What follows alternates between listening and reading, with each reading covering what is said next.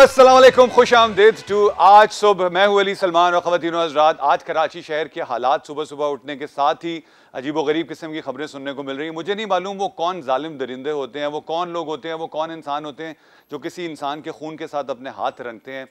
मेरा ख्याल है कि जब हमें ये एहसास हो जाएगा कि हम भी इंसान हैं एंड हमारे भी बच्चे हैं, हमारे भी माँ बाप हैं, हमारे भी बहन भाई हैं, तो I think we will once we have this realization, once we have this feeling, we will probably try to act as a better human being.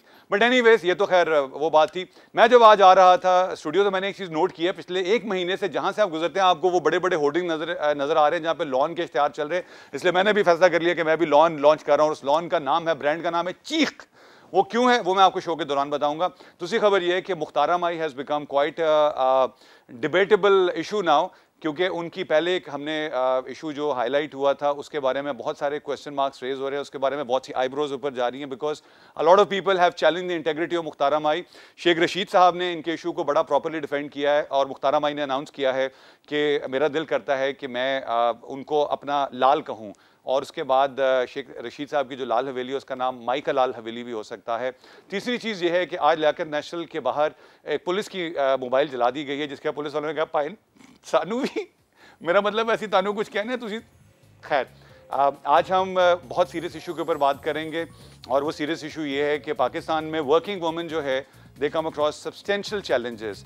उनको हर कदम के ऊपर एक, और जिसमें सबसे बड़ा इशू ये होता है कि कोई भी खातून अपने दिल से कोई नहीं चाहता कि वो काम करे। It is not that they don't want to work, because the kind of people they come across as working women, there quite a lot of things that needs to be addressed and discuss as a society.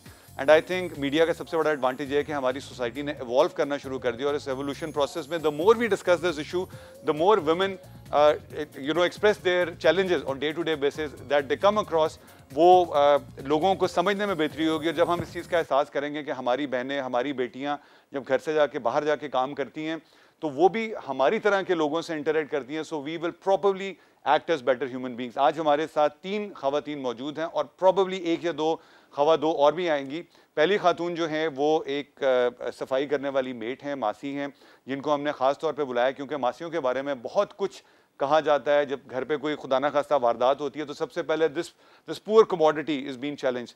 पहले मैं आपको इनका package दिखाऊंगा, उसके बाद इनका तारुफ करवाऊंगा और फिर बाकी दोनों खवातीन जो हमारे साथ मौजूद हैं उनसे इंट्रोड्यूस कराऊंगा। And there is the package.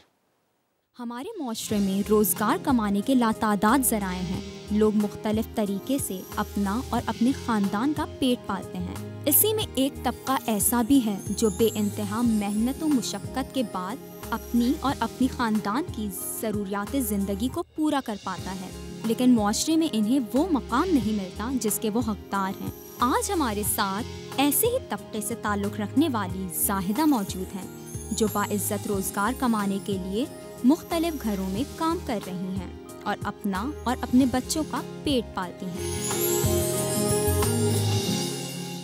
जी, जायदा हमारे साथ हैं और इससे पहले कि हम जायदा के साथ सवाल जवाब शुरू करें, दूसरी हमारी खातून वो हैं जो हमेशा हवा में रहना पसंद करती हैं।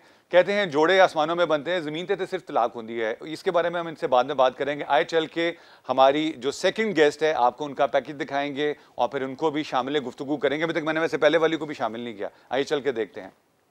1990 की दहाई के बाद पाकिस्तान की एयरलाइन इंडस्ट्री ने तरक्की की तरफ कदम बढ़ाया और कौमी एयरलाइन के साथ साथ कुछ निजी कंपनीज ने भी मैदान में कदम रखा। फ़िज़ाई मेज़बान भी फ़िज़ाई अमले का हिस्सा होते हैं जो मुख्तलिफ औक़ात में मुख्तलिफ मनाजिल पे दौरान परवाज़ मेज़बानी के फ़राइज़ अंजाम देते हैं। इन्हीं फ़िज़ाई मेज़बानों में से एक फ़िज़ाई मेज़बान ऐश हमारे साथ मौजूद हैं। जाहिदा और ऐश तो इंट्रोड्यूस हो गई और हमारी जो तीसरी मेहमान है वो हमें मर्द की साइकोलॉजी के बारे में बताएंगी। इनका पैकेज हमने नहीं बनाया, जान के नहीं बनाया, because I want her to speak more and मोर।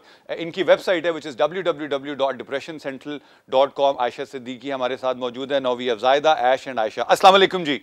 आयशा सिद्दीकी साहबा का तारुफ मैं आप लोगों को करवाता चलूँ वो ये है कि पाकिस्तान में स्कूल्स के अंदर काउंसलर्स, अब डॉक्टर साहब आयशा ने बताया कि आने शुरू हो गए हैं, मगर यहाँ पर जब आपको जाके किसी साइकियाट्रिस्ट को मिलना पड़ता है तो वो कहते हैं हाय पुत्र ते पागल हो गया, मुंडा पागल हो गया, ये कुड़ी पागल हो गई है। मेरा ख्याल है कि ये I think we need to grow above that and we need if there is something happening to us, हमें जाके कंसल्ट करना चाहिए। डॉक्टर साहब मैं क्या, आयशा जी मैं क्या करूँ, आपके जैसे इंट्रोडक्शन हुआ है मेरा ख्याल है कुछ डिप्रेशन के पेशेंट्स देख रहे हैं, उन्होंने कॉलें करना शुरू कर दी हैं हमारे साथ। आते साथ ये कॉलर लाइन पर है, हम चल के देखते हैं।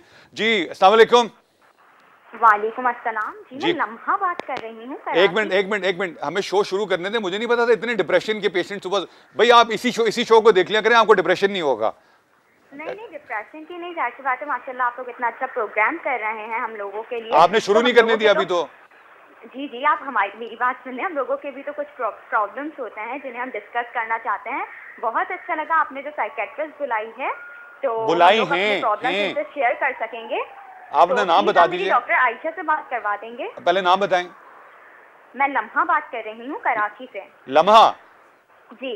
ये कौन सा लम्हा है? खुशी का लम्हा? खतरनाक लम्हा है। प्लीज आप मुझे डॉक्टर आयशा से बात करवा। आयशा जी सलाम, आप प्लीज बात कीजिए। जी लम्हा, अस्सलाम वालेकुम लम्हा, कैसी हैं आप?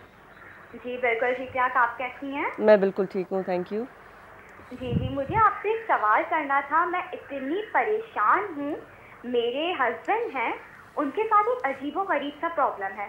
अच्छा। वो रात को जो हैं वो बच्चों के पैम्पर्स चेंज कर देते हैं, हालांकि बिल्कुल साफ सुथरे पैम्पर्स होते हैं, और सुबह जब हम लोग उठते हैं रूम के बाहर देखें वो ढेरों पैम्पर्स पड़े हुए होंगे।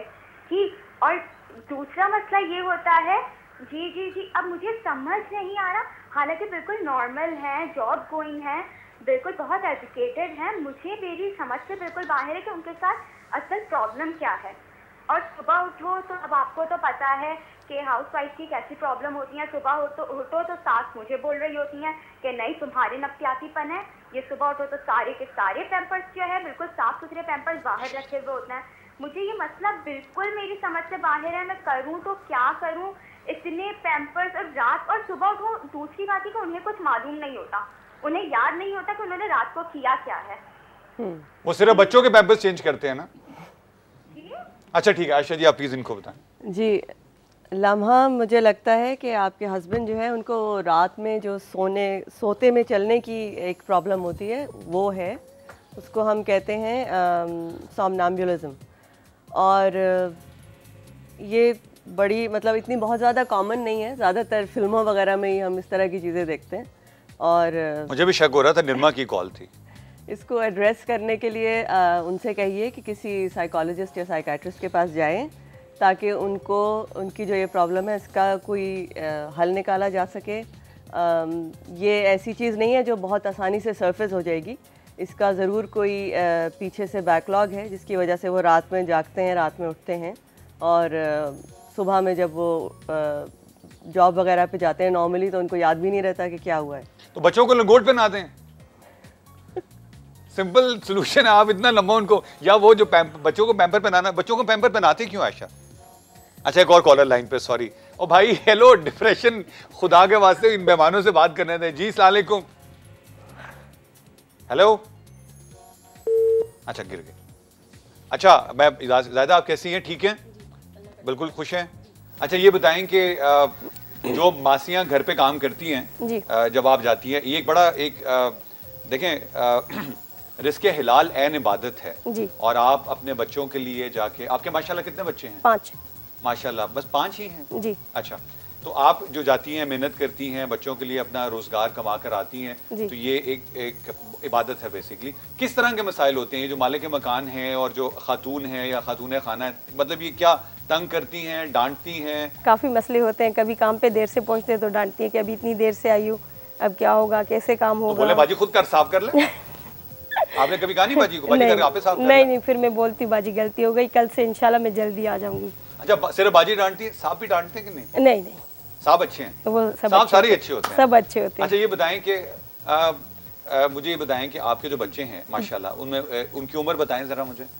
उम्र, बड़ा बेटा मेरा 15 साल का है, हाँ, और बड़ी बेटी मेरी 13 साल की है। पढ़ते हैं ये? नहीं, बिल्कुल नहीं पढ़ते। नहीं, शौक है इनको पढ़ाने का? बहुत शौक है। अच्छा चले, मैं आपसे ज़ायदा मतलब हम मजाक तो खैर करते रहेंगे, जी। इस शो पे आके आपको हम आपसे वादा करते हैं जी। कि जब आप जाएंगे आज यहाँ से तो आपके एक बच्चे की आप खुद बताएंगी कि वो सबसे बड़े वाला है, सबसे छोटे वाला या वाली है, जी। उसकी जिंदगी भर की एजुकेशन आज सुबह की तरह से हम आपको वादा करें कि वो सारी जिंदगी की एजुकेशन एटलीस्ट ग्रेजुएशन तक यानी 14वीं क्लास तक हम हमारी तरफ से स्पॉन्सर हो गए। आप जाते हुए नहीं तालीम जाने की जरूरत नहीं है, मैं नहीं, you don't have to appreciate, मतलब वो देखें एक इट्स अ सीरियस है। अच्छा खैर ये बताएं कि ये जो चोरियां होती है इसमें वाकई मासियों का हाथ से होता है? कुछ मासियाँ ऐसी होती हैं। तो आपने कभी सोचा नहीं इस बारे में? नहीं। क्यों? मैंने कभी नहीं सोचा।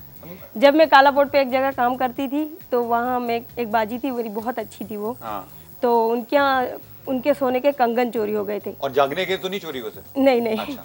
तो उसने मुझे बोला कि मेरा नाम जायदा है, लेकिन वो मुझे प्यार से फातिमा बोलती थी। अच्छा, माशाल्लाह। कि उसने कहा नहीं मुझे आप पे पूरा भरोसा है, एतबार है, जो ये रंग वाला आया है उसने ये कंगन उठाए हैं। हाँ। तो मैंने कहा बाजी आप तो उधर उधर अंगूठियाँ वगैरह फेंकती रहती है, मैं तो आपको ला के देती हूँ, आप तो बाथरूम में भी अपनी चूड़ी उतार के रख देती है। वो बाजी टेस्ट करती होंगी आपको? करती हो, लेकिन मेरी तो नीयत सही थी ना, साफ थी ना, क्योंकि मैंने तो कभी ऐसा काम नहीं उनका किया। नाम आज से रखें, उनकी बाजी का नाम क्या था? उनका नाम नहीं पता। उनका नाम हम रखते हैं टेस्ट ट्यूब बाजी। अच्छा ये बताएं कि कभी ऐसा भी हुआ है कि गलत किसी ने मतलब आपसे कोई बात की होगी जी आप मतलब ये? हाँ ये भी हुआ। हाँ तो बताएं ना हमें, ये तो आपका शो है। ये भी उधर ही मैं काम करती थी काला बोर्ड पे, तो उधर ही एक थे मेरी पहले बड़ी भाभी, उनके यहाँ काम करती थी।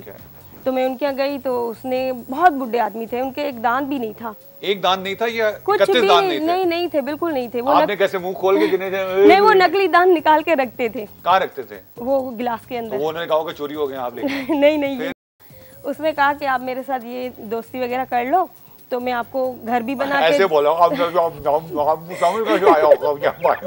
ऐसे ही बोला मैं आपकी बहुत मदद करूंगा। वो आपको दुआ दे रहे होंगे, आपने देखे आपका ये करूंगा वो। तो आप यकीन माने मैंने उनके पास 1 महीना भी काम नहीं किया। मैंने कहा अपनी इज्जत बचानी है और बेटा भाग। आपने बाबा जी को बोला या खुद भागी? नहीं, मैं खुद ही भागी। अच्छा फिर ठीक। फिर उसके बाद 1 महीने के बाद भाभी ने भी काम छोड़ दिया। मैंने भाभी को बोला ये लोग अच्छे नहीं हैं। देखें ये जायदा हम ये इसको एक ह्यूमर मतलब मजाक में हम बड़ा सीरियस इशू इसलिए डिस्कस कर रहे हैं कि लोगों को पता होना चाहिए कि क्या मसाइल होते हैं। जी मैं ब्रेक पे जाने वाला हूँ, लेकिन ब्रेक पे जाने से पहले आपसे एक सवाल करना चाहता हूँ। आपने कभी सोचा है कि हम ये क्यों कहते हैं मेटल का चपटा हिस्सा पेटी में डाल के पेटी काट ले? छोटी सी ब्रेक लेते हैं, ब्रेक से वापस आके ऐसे सवाल करेंगे ये हम क्यों कहते हैं, हम क्यों अच्छे तरीके से क्यों नहीं कहते पाई पेटी बन ले। छोटी सी break on the other side of the break.